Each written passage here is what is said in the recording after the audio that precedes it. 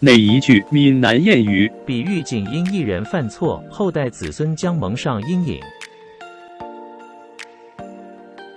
闽南谚语取材于台湾闽南语常用词词典。欢迎乡亲们转发到自己的聊天组群，协助推广咱们的母语。多谢，感恩。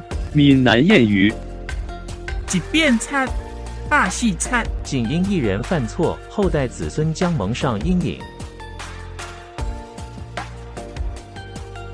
谢谢您的观赏，希望您会喜欢我为您制作的影片，请支持我，点击 subscribe， 然后再单击小铃铛，请点击下面观看同一系列的影片。